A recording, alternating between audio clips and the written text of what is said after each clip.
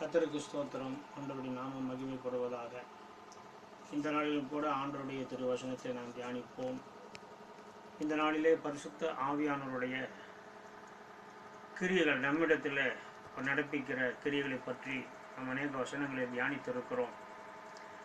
அந்த பரிசுத்த ஆவியானவரை தேவன் நமக்கு தந்திருக்கிறார். அந்த பரிசுத்தாவின் அபிஷேகத்தில் நிரப்பப்பட்ட தேவனுடைய பிள்ளையுடைய வாழ்க்கையில் ஆவியானவர் செயல்பட வேண்டும் என்றால், அவருடைய வல்லமை நமக்குள்ளே இறங்க வேண்டும் என்றால், நாம் எவ்விதமாய் செயல்பட வேண்டும் என்பதை குறித்து ஆண்டுடைய வேத வசனம் தெளிவும் திட்டவட்டமாய் சொல்லுகிற காரியங்களை இந்த நாளிலே நாம் தியானிப்போம்.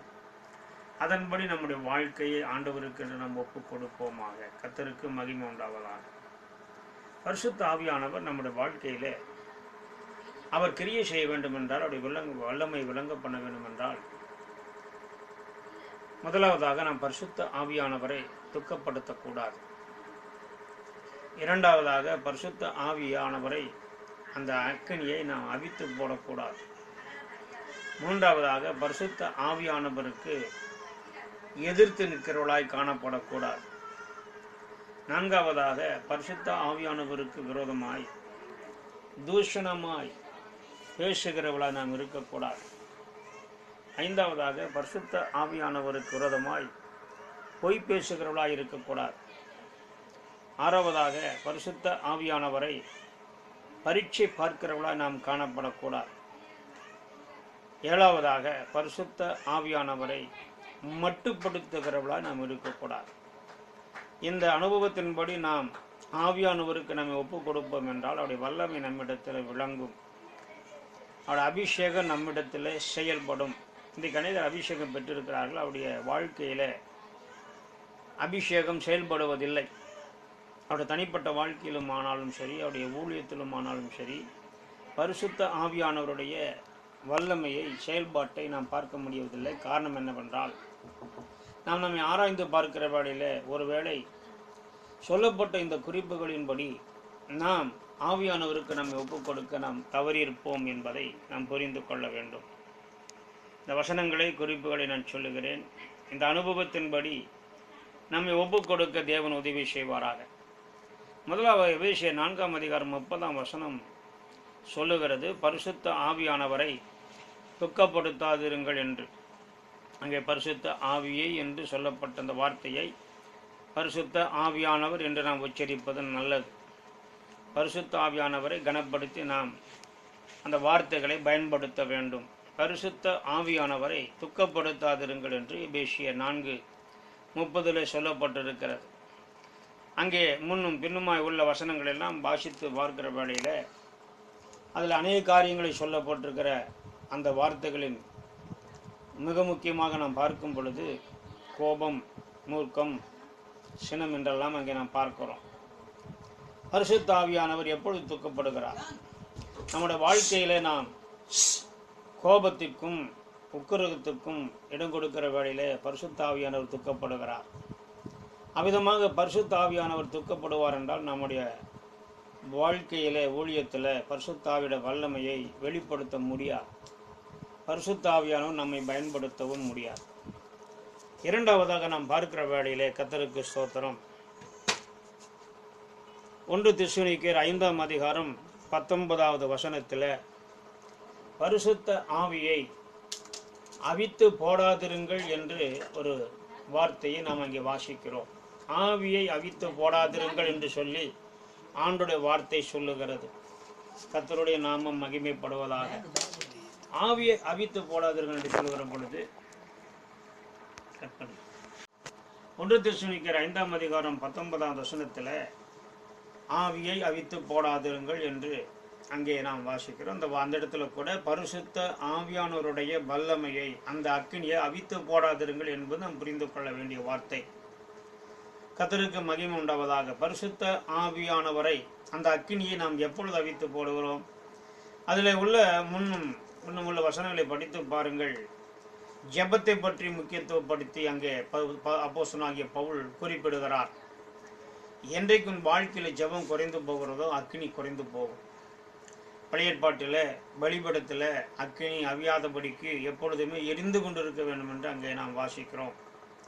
நம்முடைய வாழ்க்கையில் பரிசுத்த ஆவியின் அக்கினி எரிந்து கொண்டு இருக்க வேண்டும் என்று சொன்னால் ஜெப ஜீவியம் நமக்கு மிகவும் அவசியமாக இருக்கிறது.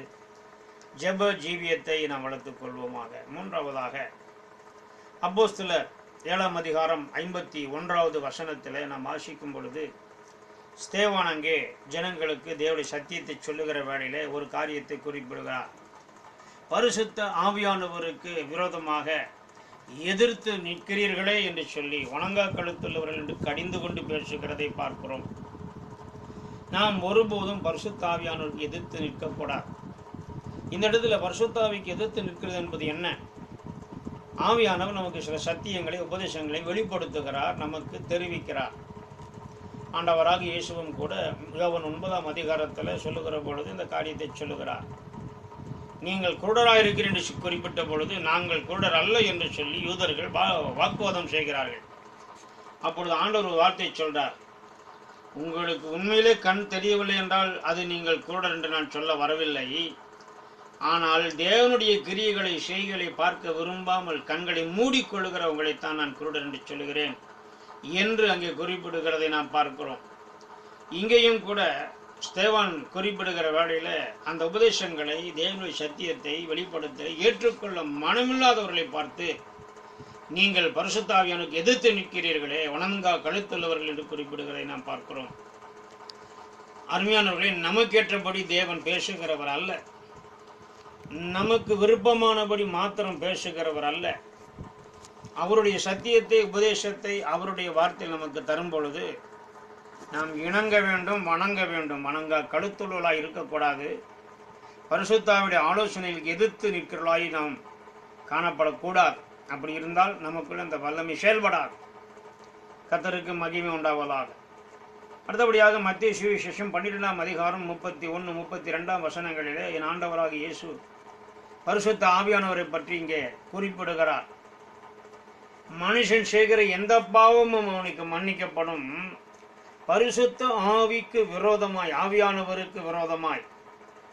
அங்கேயும் கூட நாம் அந்த பதத்தை ஆவியானவர் என்று நாம் உச்சரிப்பது நல்லது. பரிசுத்த ஆவியானவருக்கு விரோதமாய் செய்யப்படுகிற தூஷணம் மன்னிக்கப்படாது, இம்மையிலும் மன்னிக்கப்படாது, மறுமையிலும் மன்னிக்கப்படாது என்று ஆண்டவர் இங்கே குறிப்பிடுகிறார். இந்த வார்த்தைகளை குறிப்பிடுகிறதுக்கு காரணம் என்ன என்பதை நாம் அந்த வசனங்களை படிக்கும் போது நமக்கு புரிந்து கொள்ள முடிகிறது. ஆண்டவரை பார்த்து அவ்வளவு ஒரு துணிகரமான ஒரு வார்த்தையை பயன்படுத்துகிறார்கள். ஆண்டவராக இயேசுவை குறித்து பரிசுத்த ஆவியினால் நிறைந்தவராய், அவர் நன்மை செய்கிறவராய், வல்லமையினால் நிறைந்தவராய் சுற்றித் திரிந்தார் என்பதை குறித்து வேதத்தில் அப்போஸ்தலர் 10:38 நாம் தெளிவாய் வாசிக்கிறோம். அப்படி பரிசுத்த ஆவியில் நிறைந்து வாழ்ந்த என் ஆண்டவர் இயேசுவை பார்த்து அவர்கள் சொன்ன வார்த்தை, இவன் பிசாசுகளின் தலைவனாலே இதை செய்கிறான், இந்த அற்புதங்களை செய்கிறான் என்று பழியாக துணிகரமாக பேசினார்கள். அப்பொழுது ஆண்டவர் அவர்களுக்கு பதில் சொல்லுகிறார், நீங்கள் என்னை பற்றி சொல்லுங்கள், ஒருவேளை அது மன்னிக்கப்படும். ஆனால் பரிசுத்த ஆவியானவரை பற்றி சொல்லி தூஷணம் பண்ணினால் அதை மன்னிக்க தேவன் விரும்ப மாட்டார் என்று குறிப்பிடுகிறார். ஏனென்றால் அவருக்குள்ளே இருந்த பரிசுத்த ஆவியானவரை இயேசு மகிமைப்படுத்தினார் என்று நாம் பார்க்கிறோம். பரிசுத்த ஆவியானவர் கிறிஸ்துவை மகிமைப்படுத்துகிறார்.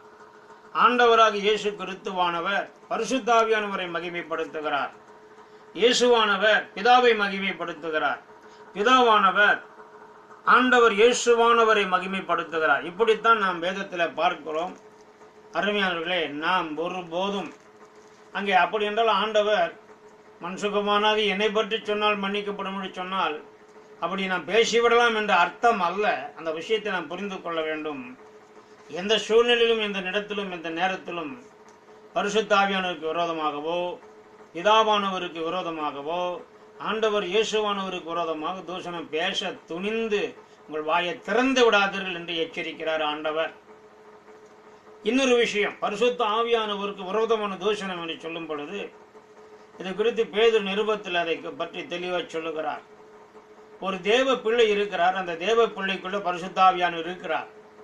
அந்த தேவ பிள்ளையை நீ நிந்தித்தால் அல்லது தேவ பிள்ளையை நீ தூஷணம் பண்ணினால் அது அந்த மனிதனையோ மனுஷியோ செய்த காரியம் அல்ல, பரிசுத்த ஆவியானவரை நீ தூஷித்தா என்பதுதான் அங்கே தேவன் எடுத்துக்கொள்ளுகிற காரியம். மற்ற தேவ பிள்ளைகளை பற்றி நாம் வாய் திறக்க நாம் கண்டிப்பாக நாம் ரொம்ப யோசிக்கணும். யோசிக்கிறது மாத்திரமல்ல, வாய் திறக்கக்கூடாது. அடுத்தவர்கள் பரிசுத்தாவிலே நிரப்பப்பட்ட தேவ பிள்ளைகளுக்கு விரோதமாகவோ தூஷணமாகவோ எதிராகவோ நாம் பேசக்கூடாது. அப்படி சொல்கிறதுனால பிறருடைய குறைகளையும் குற்றங்களையும் கண்டுபிட்டு நாம் போக வேண்டும் என்பதால் அவருடைய தனிப்பட்ட விதத்தில் போய் நாம் அவர்களுக்கு சில காரியங்களை சொல்லலாம். அறிந்தும் அறியாமலும் இருக்கிற காரியங்களை அவர்களை ஒருபோதும் நாம் தூஷிக்கக்கூடாது. ஒருபோதும் அவர்களுக்கு விரோதமாய் பேசக்கூடாது. ஒருபோதும் அவர்களை நாம் மரியாதை இல்லாதபடி நாம் எந்த வார்த்தைகளையும் சொல்லக்கூடாது. இதைத்தான் ஆண்டவர் இங்கே குறிப்பிடுகிறார். பரிசுத்த ஆவியானுக்கு விரோதமாய் தூஷணம் பேசாதிருங்கள் என்பது அங்கே சொல்லப்பட்ட வார்த்தை. அப்படி ஏதாவது நாம் பேசினால் நமக்குள்ள ஆவியானவர் செயல்பட மாட்டார். அடுத்தபடியாக பரிசுத்த ஆவியானுக்கு விரோதமாக பொய் பேசாதிருங்கள் என்று சொல்லப்பட்டிருக்கிறது. அப்போஸ்தலர் 5:3 கர்த்தருக்கு ஸ்தோத்திரம். பரிசுத்த ஆவியானவருக்கு விரோதமாக பொய் சொல்ல துணிகரம் கொண்டதென்ன என்று பேதுரு குறிப்பிடுகிறார். இங்கே இந்த சூழ்நிலை குறித்து நாம் சிந்தித்து பார்க்க வேண்டும். காணிக்கை கொண்டு வருகிறார்கள். அந்த காணிக்கையில ஒரு பகுதியை மறைத்து வைத்து விடுகிறார்கள். எவ்வளவு என்று கேட்கும் பொழுது மறைத்து வைத்ததை அவர்கள் மறைத்து வைத்த விதமாகவே பதில் சொல்லுகிறார்கள். சரியா சொல்ல போனால் இதெல்லாம் பலவிதமான சாக்கு போக்குகளுக்கு வழிவகுக்கிற ஒரு காரியமாக இருக்கிறது. காரண பொய், சூழ்நிலை பொய், நேரத்துக்கேற்ற பொய், மனுஷனுக்கேற்ற பொய், நமக்கு தேவைக்கேற்ற பொய் என்று பலவிதமான பொய்கள் இருக்கிறது. இதெல்லாம் ஆண்டவர் எல்லாவற்றையும் மன்னித்து விடுவார் என்று அநேகர் நினைத்து மனம் போல வாழ்ந்து கொண்டிருக்கிறார்கள். ஆனால் இங்கே பாருங்கள், அவருடைய சொந்த காசை அவர்கள் எடுத்து ஒழித்து வைத்தார்கள். மற்றவருடைய பணம் அல்ல, காணிக்கை கொடுக்க வேண்டிய காசு, காணிக்கை கொடுக்க வேண்டிய அந்த தொகை, அது கர்த்தருக்கு போக வேண்டியது, கர்த்தருக்கு செலுத்த வேண்டியது. ஆண்டவர் என்ன சொன்னார்? கொடுங்கள் கொடுக்கப்படும் என்று சொன்னார். விசுவாசம் இருந்தால் கொடுக்க வேண்டும். விசுவாசம் இல்லை என்றால் உனக்கு விசுவாசத்தை கர்த்தர் கொடுப்பார். அப்பொழுது கொடுக்கலாம். கொடுப்பது போல பாசாங்கு, கொடுப்பது போல நடிப்பது, கொடுப்பது போல பொய் பேசுவது, இருப்பதை இல்லாத போது சொல்வது, இல்லாதது இருக்கிறதை போல சொல்வது, அதிலும் முக்கியமாக தேவனுக்கு அடுத்த காரியங்களிலே நாம் ஒருபோதும் மறைத்து ஒழித்து எதையும் செய்துவிட முடியாது என்பதை ஆண்டவர் இங்கே குறிப்பிடுகிறார். நீ மனிதனுக்கு மறைக்கலாம், மற்றவர்களுக்கு மறைக்கலாம், உலகத்துக்கு மறைக்கலாம், தேவனுக்கு நீ மறைக்கவே முடியாது. அந்த பரிசுத்த ஆவியானுக்கு விரோதமாய் பொய் பேசின அவர்கள் விழுந்து செத்து போனார்கள். ஆவியானவர் பொய் பேசும் இடத்துல எப்படி அவர் கிரியை செய்ய முடியும் என்பதை நாம் சிந்தித்து நம்மை ஒப்புக் கொடுக்க வேண்டும். கர்த்தருக்கு ஸ்தோத்திரம். அடுத்தபடியாக நாம் பார்க்கிற வேளையில எபிரேயர் 3:7-8-9 வனாந்தரத்தில் நடந்த சம்பவத்தை அப்போஸ்தலனாகிய பவுல் நிருபத்தில் எடுத்து பேசுகிறார். வனாந்தரத்தில் பரிசுத்த ஆவியானவரை, பரிசுத்தரை அவர்கள் பரீட்சை பார்த்தார்கள், தேவனை சோதித்தார்கள். இதன் பெரிய சப்ஜெக்ட். கர்த்தருக்கு ஸ்தோத்திரம். தேவனை வனாந்தரத்தில் பரீட்சித்தார்கள். ஒரே ஒரு காரியத்தை சொல்றேன்.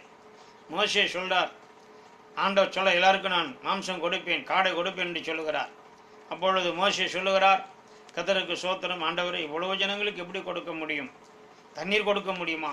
ஆகாரம் கொடுக்க முடியுமா? தேவைகளை கொடுக்க முடியுமா என்றெல்லாம் அங்கே சொல்லுகிறதை பார்க்கிறோம். இந்த ஜனங்கள் தேவனுக்கு விரோதமாக முறுமுறுத்தார்கள், தேவனை சோதித்தார்கள், தேவனை பரீட்சை பார்த்தார்கள். அதன் நிமித்தமாக மோசேயும் கோபம் உண்டு கண்மலையை 2 தரம் அடித்து அந்த மோசே கானானுக்குள்ளே பிரவேசிக்க முடியாத ஒரு சூழ்நிலையிலே அவர் அங்கே காணப்பட்டு அவர் அங்கே மரித்து போனதை நாம் பார்க்கிறோம். அருமையானே, எந்த விதத்திலும் தேவனை நாம் பரீட்சை பார்க்கக்கூடாது. கர்த்தருக்கு மகிமை உண்டாவதாக. சிலர் சொல்லுவார்கள், தேவன் எனக்கு பணம் தருகிறாரா இல்லையா பார்க்கலாம் என்பார்கள். எனக்கு சுகம் தருகிறாரா இல்லையா பார்க்கலாம் என்பார்கள். இதெல்லாம் ஆண்டவரிடத்தில் வேண்டி கேட்க வேண்டிய காரியம், பிள்ளைகளைப் போல கேட்க வேண்டிய காரியம். இதெல்லாம் ஆண்டவரை பரீட்சை பார்க்க வேண்டிய காரியம் அல்ல. அப்படி இரக்கத்துக்காக கெஞ்ச வேண்டிய காரியம். புலம்பல்ல படித்து பாருங்கள். அப்படிப்பட்ட தேவனை பரீட்சை பார்த்து உன்னால் ஒன்றும் செய்ய முடியாது. பரீட்சை பார்க்கிறவர்களுக்கு இடத்துல பரிசுத்த ஆவியானவர் கிரியை செய்வதும் இல்லை. கடைசியாக நாம் பார்க்கிற வேளையிலே பரிசுத்த ஆவியானவரை மட்டுப்படுத்தாதிருங்கள். சங்கீதம் 78:41 நாம் வாசிக்கிற வேளையில இஸ்ரவேலின் தேவனை மட்டுப்படுத்தினார்கள் என்று அங்கே சொல்லப்பட்டிருக்கிறது. ஆண்டவர் அநேக இடங்களில் சொல்லுகிறார், நான் சர்வ வல்லமையுள்ள தேவன், என்னால் செய்யக்கூடாத காரியம் ஒன்றுமே இல்லை. அவரால் முடியாத விஷயம் ஒன்றுமே இல்லை. உன்னால் முடியாது, என்னால் முடியாது, மனுஷனால் முடியாது. ஆனால் தேவனால் முடியாத காரியம் ஒன்றுமில்லை. அதை செய்ய பரிசுத்த ஆவியானவர் உன்னிடத்தில் செயல்பட வேண்டும் என்றால் நீ அவரை மட்டுப்படுத்துகிறவனாய் இருந்தால் உன்னிடத்தில் என்னிடத்தில் தேவன் கிரியை பரிசுத்த ஆவியானவர் செய்ய மாட்டார். இங்கே நான் பார்க்கிற வேளையில மட்டுப்படுத்தினார்கள். இஸ்ரேல் மக்களுக்கு 40 வருஷம் வனாந்திரத்தில் விவசாயம் இல்லாமல், மழை இல்லாமல் அவர்களுக்கு ஆகாரம் கொடுத்தார், தண்ணீர் கொடுத்தார், வஸ்திரம் கொடுத்தார், பாதரட்சை கொடுத்தார், போஜனம் கொடுத்தார், போஷித்தார், வழி நடத்தினார். கர்த்தருக்கு ஸ்தோத்திரம். 6 லட்சம் புருஷர்கள், 6 லட்சம் ஸ்திரீகள், 6 லட்சம், 12 லட்சம் பெரியவர்கள், முதியவர்கள், பிள்ளைகள் ஒரு 12 லட்சம். எல்லாவற்றையும் நாம் கூட்டி கழித்து பார்க்கும் பொழுது ஏறக்குறைய 50 லட்சம், ஒரு மாவட்ட ஜனத்தொகையே அங்கே அவர்கள் வனாந்தரத்தில் பிரயாணமாய் வந்தார்கள். அவர்களுக்கு ஆண்டவர் 40 வருஷம் அங்கே உணவளித்த தேவன் நம்முடைய ஆண்டவர். அதை மறந்து விட வேண்டாம். அவரால் முடியாத காரியம் ஒன்றுமே இல்லை. அவரை நாம் மட்டுப்படுத்தவே கூடாது, மகிமைப்படுத்த வேண்டும். தேவன் பரிசுத்த ஆவியானவரை நாம் மட்டுப்படுத்தினால் அவர் நம்மிடத்தில் கிரியை செய்ய மாட்டார். மகிமைப்படுத்தினால் அவர் நம்மிடத்தில் கிரியை செய்வார். இதுக்கு நிறைய உதாரணம் நாம் பார்க்க முடியும். ஆண்டவர் அங்கே லாசரு வீட்டுக்கு போன பொழுது சொன்ன ஒரு வார்த்தை, நீ விசுவாசித்தால் தேவனுடைய மகிமை காண்பாய். நாருமே என்று சொன்னார். மனிதன் சொல்லுகிறான் நாரும் என்று சொன்னார். அப்படி மனிதன் நாரும் என்று சொன்ன பொழுது ஆண்டவர் சொன்னார், விசுவாசித்தால் நீ தேவனுடைய மகிமையை காண்பாய் என்று நான் உனக்கு சொல்லவில்லையா என்று சொன்னார். அப்படி என்றால் என்ன சொல்லியிருக்க வேண்டும்? ஆண்டவரே, 4 நாள் என்ன, 40 நாள் என்ன, உம்மால முடியும் என்று சொல்ல வேண்டும். அருமையான தேவனுடைய பிள்ளைகள், தேவனை மகிமைப்படுத்துங்கள், மட்டுப்படுத்தாதிருங்கள். தேவனுக்கு செய்வார், தேவனுக்கு தருவார், தேவனுக்கு நன்மை செய்வார், தேவனுக்கு சுகம் தருவார். வியாதி படுக்கையிலே ஐயோ செத்து போவேனே என்று சொல்லாத, நான் சுகமடைவேன், தேவனுக்கு சுகம் தருவார் என்று அவரை மகிமைப்படுத்த, அவரை மட்டுப்படுத்தாத. பணம் இல்லையா, ஐயோ என்று சொல்லாத, ஆண்டவனுக்கு தருவார் என்று சொல்லு. வியாதியா, ஆண்டவனுக்கு சுகம் தருவார் என்று அவரை மகிமைப்படுத்து. உன் குடும்பமா, என் குடும்பத்தை ஆண்டவர் வாழ வைப்பார் என்று சொல்லு. என்னை கைவிட்டு விடுவார் என்று சொல்லாத, ஆண்டவர் நம்மை கைவிட மாட்டார். தேவனை பரிசுத்த ஆவியானவரை மட்டுப்படுத்தாதிருங்கள், மகிமைப்படுத்திருங்கள். அப்பொழுது உங்களுக்குள்ளும் எனக்குள்ளும் தேவன் பரிசுத்த ஆவி கிரியை செய்வார். அந்த வல்லமை நம்மிலே விளங்க ஒப்புக் கொடுப்போம். கர்த்தர் நம்மை ஆசீர்வதிப்பாராக. ஆமேன்.